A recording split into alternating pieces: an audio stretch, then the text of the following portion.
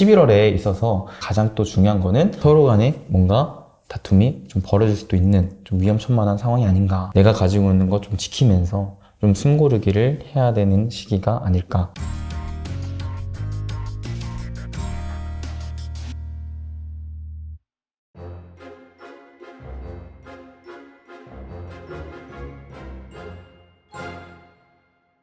부자TV의 이수빈 대표님 모셨습니다. 안녕하세요. 네, 반갑습니다. 잘 지내셨나요?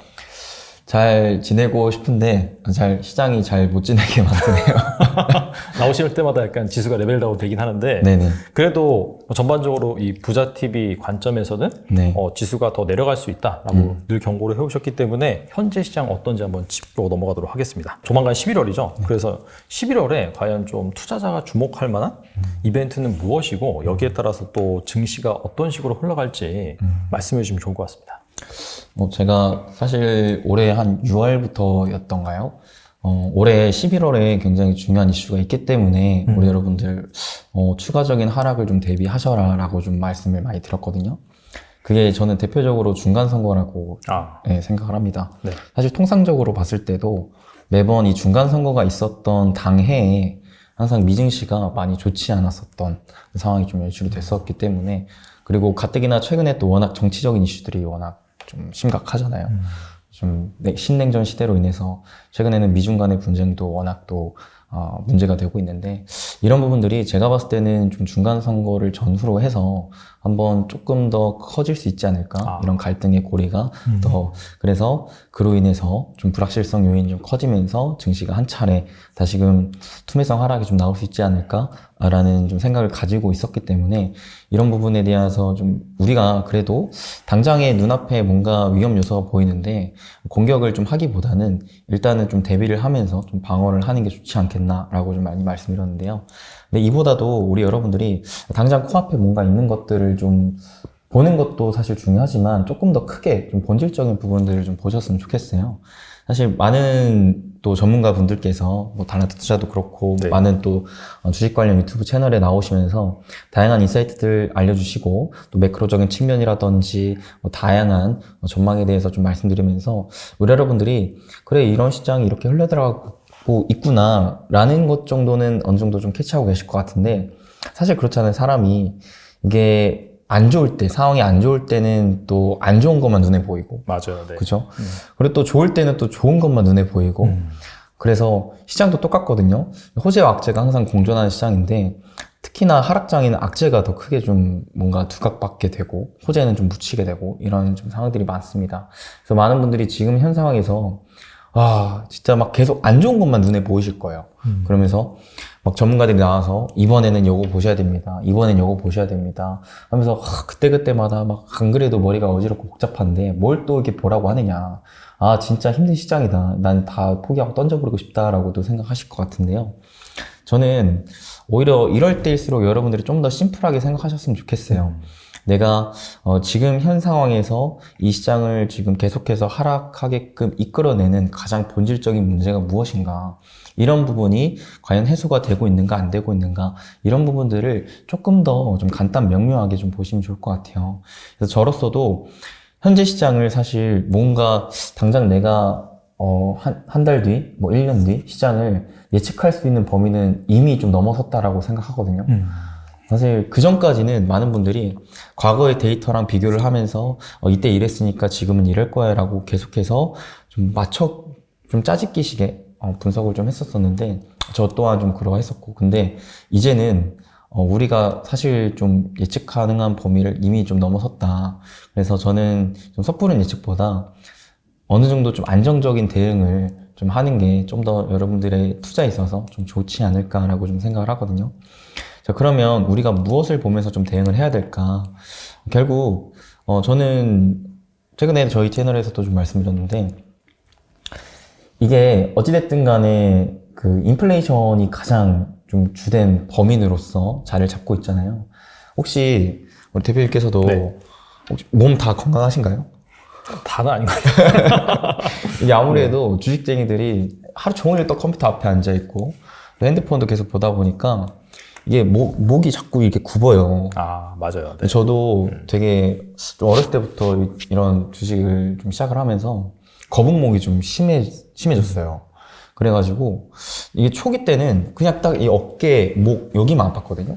근데 이게 점점 심해지다 보면은 여기가 막 뜨거워지면서 뭐 이게 통증이 위로 올라가서 막 두통까지 나오고 오히려 반대로 통증이 아래로도 내려가면서 막 척추도 좀 안 좋은 것 같고 허리도 안 좋은 것 같고 더 이게 심해지면 막 다리도 저릴 정도로 아프더라고요. 막 저는 지금 시장이 좀 그러한 상황이 아닌가 싶거든요.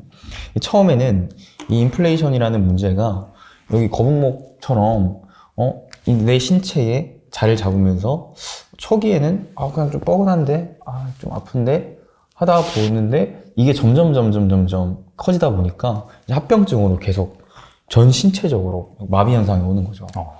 그래서 이런 문제를 좀 해결을 하고자 지금 연준도 어찌됐든 간에 금리 인상을 막 자연 스텝을 연속적으로 밟아가면서 이걸 어떻게든 이 거북목을 좀 치료하고자 하려고 하는데 그것도 쉽지 않은 상황이고 이런 지금 합병증이 계속 진행이 되다 보니까 경기 침체까지 지금 이어지면서 자꾸 좋지 않은 상황이 좀 이어지고 있다고 생각하거든요. 자, 근데 제가 이 아픈 통증을 좀 어떻게든 좀 치유하고 싶어서 병원도 많이 가봤는데 그때마다 의사 선생님이 좀 특이하게 진단을 하시는 거예요. 나는 분명 여기 머리가 아픈데 이 주사를 이쪽에다 놓으시더라고요. 밑쪽에다가. 여기가 뭔가 문제가 있다. 척추적인. 네. 그러니까 당장에 나는 여기가 아프지만 일단 본질적인 문제가 여기서부터 발생한 거니까 교정도 여기서부터 치료도 여기서부터 하시더라고요. 그러니까 지금 시장이 일단 그런 시장인 것 같아요. 일단은 다 뭐 지금 경기 침체도 문제고 뭣도 문제고 지금 연쇄적으로 다 터져가고 있는데 이게 다 지금 인플레이션 때문에 시작된 문제다. 그래서 연준도 어떻게 해서든 인플레이션을 잡으려고 노력하고 있는 만큼 우리 여러분들도 지금 연쇄적으로 터지고 있는 막 두통, 막 허리 통증, 다리 마비 이런 것들 보기보다도 일단 이 인플레이션이 지금 잡히고 있는가 마는가 이런 부분들 우선적으로 좀 체크를 하시면 좋겠어요.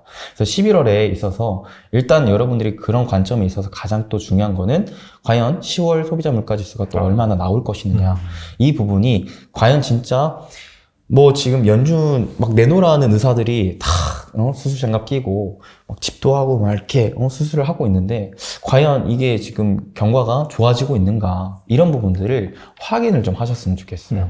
그래서 실질적으로 이런 부분이 경과가 나아진다면 또 언제 그랬냐는 듯이 이게 거북목이 싹 교정만 된다면 또 두통도 어느 순간 없어지고 또 허리 통증도 없어지고 좀 그렇게 될 수도 있거든요.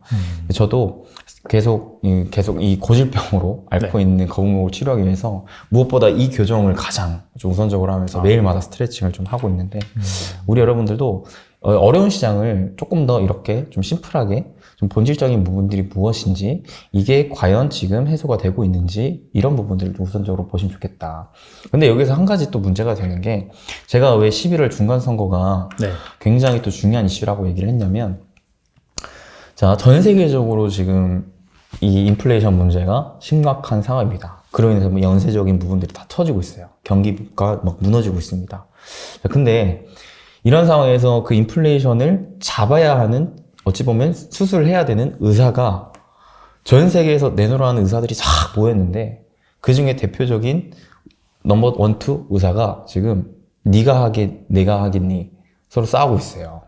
그래요? 네. 그게 저는 지금 미국과 중국이 그러한 좀 입장인 것 같다라고 생각을 하거든요. 일단 당장 이 인플레이션부터 잡아야 되는데 환자가 지금 죽어가고 있는데 아파서 죽어가고 있는데 이 암덩어리를 빨리 어떻게든 수술을 해서 제거를 해야 되는데 지금 의사 둘이서 환자 앞에 두고 네가 잘나니 내가 잘나니 내가 수술하겠다 네가 수술하겠다 이러고 지금 싸우고 있는 지금 상황인 것 같거든요. 그래서 이런 부분들이 심해지면 심해질수록 어떻게 될까요? 수술은 뒷전입니다. 그러다 보면은 환자의 상태는 더욱더 악화되겠죠. 그래서 저는 지금 가뜩이나 시진핑 같은 경우 역사상 거의 최초로 3번째 연임을 한 주석으로 지금 자리를 잡았고 그 다음에 미국 입장에서 지금 중요한 중간 선거를 앞두고 있는데 가뜩이나 민주당의 지지율이 좀 떨어지면서 하원 같은 경우는 공화당이 집권을 할 수가 있게 되거든요. 그러면 기존에는 대통령, 상원, 하원 다 민주당이 집권했었던 블루웨이브에서 공화당이 한쪽으로 치고 들어오게끔 되면 미국의 정책적인 힘이 살짝 기존에 보다는 좀 빠질 수 있는 흐름이 아닌가. 그렇게 된다면 중국이 충분히 지금까지는 미국이 계속해서 막 IRA 막 하면서 반도체 막 칩보 동맹 하면서 계속 어찌됐든 중국을 견제하려는 모습을 보여줬었단 말이죠. 근데 그런 부분에서 중국의 힘은 이미 커졌고 거기에서 중국이 지금 가만히 보고 있을 입장은 또 아니고 중국 역시도 이런 부분에 있어서 중국의 안보를 가장 최우선적으로 확보하겠다라는 얘기까지도 할 정도였으니까 중국의 힘은 점점 커져가는데 미국의 힘은 살짝 흔들릴 수 있을 만한 국면이기에 서로 간에 뭔가 다툼이 좀 벌어질 수도 있는 좀 위험천만한 상황이 아닌가. 특히나 무력적으로도 아예 배제할 수가 없겠는 게 사실 그렇잖아요. 러시아 전쟁이 우리가 터질 거라고 누구도 예상하지 못했잖아요. 맞아요. 그러면서 증시 역시도 예상하지 못했었기 때문에 터졌고 근데 지금도 마찬가지라고 생각해요. 미국과 중국이 과연 무력적으로 얘네가 아예 싸우지 않을 거다라고 장담할 수 있을까? 좀 어려운 것 같아요. 왜냐면 지금 대만을 두고 중국 역시도 최근에 뭐라고 했었냐면 대만 통일을 최우선 과제로 확보하겠다. 근데 그 과정에 있어서 온전히 평화적으로 통일할 것이다라고는 내가 장담하면서 얘기를 하지 못하겠다. 즉 무력적으로 뭔가 할 것을 암시를 한 거거든요. 미국 역시도 이런 부분에 대해서 최근에 계속 우려하면서 국방에 대한 부분을 좀 더 다지는 움직임들을 좀 보여주고 있기 때문에 사실 지금 쉽지 않은 상황인 것 같습니다. 의사 둘이 처음에는 말싸움만 하다가 슬슬 들고 있던 메스를 가지고 막 찌르려고 하는 상황이기 때문에 환자 입장에서는 벅창 터지죠. 그래서 저는 우리 여러분들이 지금 현재 상황이 참 투자하기 녹록지 않은 상황이구나. 이게 환자 입장에서 암덩어리가 좀 제거가 돼야 뭔가 좀 점점 치유가 되고 다시 원래의 컨디션을 좀 찾아갈 텐데 이 고질병은 고질병대로 악화되고 있고 수술을 해야 되는 의사들은 지금 싸우고 있기 때문에 여러분들이 지금은 일단 내가 최소한 뭔가를 막 벌라고 나아가기보다는 일단 내가 가지고 있는 거 좀 지키면서 좀 숨고르기를 해야 되는 시기가 아닐까라고 저는 생각이 좀 들어요. 11월 같은 경우에는 뭐 중간 선거 리스크 있고 그다음에 이제 모든 문제의 근원이었던 인플레가 여전히 해결되지 않은 상황에서 미중 그런 갈등은 더 심해지고 있는 상황이니까 네. 사실상 한 번 더 또 레벨 다운 될 수 있는 그런 이벤트가 있으니 보수적으로 최대한 좀 접근을 하는 것이 좋다라고 네네. 이제 말씀하셨고 그렇다면은 뭔가지 정말 하락이 좀 끝나고 반등하는 시점은 좀 어떤 상황이 연출이 돼야 될 것인지 언제 이제 투자자들이 좀 잘 위축되고 있다가 돈을 모았다가 투자하는 것이 좋을지 그 타이밍은 언제로 보시나요? 사실 지금 대다수의 투자자분들이 딱 그것만 기다리고 계신 것 같아요. 저도 우리 시청자분들이 계속 질문을 하는 것들, 고민거리를 어떻게 해서는 해결을 해드리고 싶어서 많이 좀 물어보거든요. 네. 뭐가 제일 힘드시냐, 뭐가 가장 지금 고민이시냐 물어봤을 때 가장 공통적으로 얘기하시는 것들이 지금 이 하락장이 언제, 어디서 끝날 것이냐. 그리고 그 다시 찾아오는 반등은 언제 찾아와서 내가 투자를 할 수가 있겠느냐. 이런 부분을 가장 궁금해 하시더라고요. 근데 그런 분들께 제가 정말 저로서도 좀 죄송하지만 알 수 없다라고 얘기를 했어요. 이게 살면서 처음 보는 장세인데 내가 진짜 주식이 신도 아닌데 그걸 어떻게 아냐. 명확한 시점 그리고 그 명확한 지수 포인트 알 수 없다. 여러분도 알 수 있느냐? 알 수 없다. 그러면 현실적으로 하자. 예측하기가 어렵다면 우리가 그래도 이때는 할 수 있겠다라는 좀 자신이 생기고 확신이 생기는 확인 단계에서는 그래도 좀 투자를 해보자 라고 얘기를 드렸거든요. 저는 제가 뭐 투자 경험이 그렇게까지 많진 않아요. 거의 한 10년 정도 됐는데 근데 제가 그때마다 겪었던 하락장 때 제가 정말 어떻게 해야 되지? 이 하락장 어떻게 끝날 것이지? 라는 부분들을 생각을 할 때마다 그 고민을 되게 심플하게 해소를 했던 게 아까 말씀드렸던 것처럼 이 하락을 지금 이끌고 있는 그 본질적인 문제가 지금 해소가 됐냐 안 됐냐 이런 부분을 가장 좀 우선시 봤거든요. 네. 그래서 2018, 2019 때도 미중 간의 분쟁이 막 한창 치열했을 때도 결국에는 싸운다라는 것은 이 결과가 결국 승자와 패자가 나뉘게 되면 결과가 나오잖아요. 그렇죠. 그때도 마찬가지였어요. 결국 미중 간의 분쟁, 무역 전쟁을 하는 데 있어서 미국이 중국에게 원했던 그때 당시 세 가지 원했던 바를 다 이뤄냈네. 중국의 자본시장 개방하고 했다 보니까 이제는 미국이 승자, 중국이 패자가 됐구나. 라는 것들을 제가 좀 확인을 하고 나서는 이제는 바닥을 잡았다 싶어가지고 그때부터 또 투자를 했었거든요. 근데 그렇게 하면 좀 좋은 점이 뭐냐면 많은 분들이 이런 생각을 또 하세요. 아니 그렇게까지 다 안정적으로 확인을 하면 이미 지수는 그런 걸 다 선반영해서 원래 있던 위치까지 다 올라올 거다. 그때 투자하면 있다라고도 생각을 하시는데 저는 그렇지 않다라고 생각을 하는 게 보세요. 지금은 이 본질적인 문제를 해결을 해야 된다라고 했어요. 거북목이 문제면 아니요. 그 암덩어리가 문제면 암덩어리를 제거를 해야 돼요. 근데 암덩어리를 제거한다고 내 신체 컨디션이 바로 100% 돌아오는 건 아니잖아요. 그죠? 거북목도 마찬가지. 거북목을 치료를 한다고 두통과 여기 뭐 척추에 있던 그 마비 증세가 바로 즉각적으로 치료되는 건 아니에요. 시간이 좀 필요합니다. 그 단계에서 이 바닥에서 점진적으로 올라오는 상황이 좀 나온다라고 생각해요. 네. 그러다 보니까 우리 여러분들이 지금 가장 큰 문제, 인플레이션이랑 그다음에 미중 간의 분쟁, 이 가장 큰 악재이자 본질적인 문제만큼은 좀 해소가 될 때까지는 확인을 하고 진입을 해도 늦지가 않다. 오히려 그때가 지금 여러분들이 아껴놨던 현금을 쓸 수 있을 만한 절호의 타이밍 기회가 아닐까라고 저는 생각을 합니다. 확실히 좀 방금 말씀하신 시장을 옥죄고 있던 그런 근본적인 리스크가 좀 해결될 조짐이 나온다라고 한다면 그때 이제 들어가도 늦지 않다. 네. 이렇게 볼 수 있을 것 같습니다. 근데 한 가지 또 있어요. 사실 많은 특히나 주식 경험이 많으신 분들이 지금이 살 때다. 아, 맞아요. 이런 말씀 많이 하시잖아요. 많이 하죠. 네, 지금은 위기이자 기회다. 이런 좋은 기업 이럴 때 아니면 언제 사냐? 맞아요. 라고도 많이 얘기를 하시는데 그 말이 사실 틀린 건 아니에요. 근데 그분들은 이미 짬밥이 많이 돼 있어요. 그 말이 무엇이냐면 내가 진짜 버틸 수 있는 좋은 기업이다라는 거를 분석해서 알고 계신 거고 그리고 내가 사실 그렇잖아요. 주식을 싸게 살 수 있을 만한 타이밍은 저는 두 번 정도 온다고 생각하거든요. 하락하는 중에 그리고 바닥을 찍고 올라오는 상황에서 이 첫 번째, 두 번째 케이스가 있다고 생각하는데 저는 앞서서 여러분들에게 이 두 번째 케이스를 말씀드렸던 거였고 첫 번째 케이스를 할 수 있는 분들은 하시면 되죠. 이런 분들의 특징이 뭐냐면 이번 케이스보다는 조금 더 싸게 많이 살 수 있는 분들이에요. 그래서 비교적 이번에 사시는 분들보다는 수익률과 수익금이 좀 클 수가 있어요.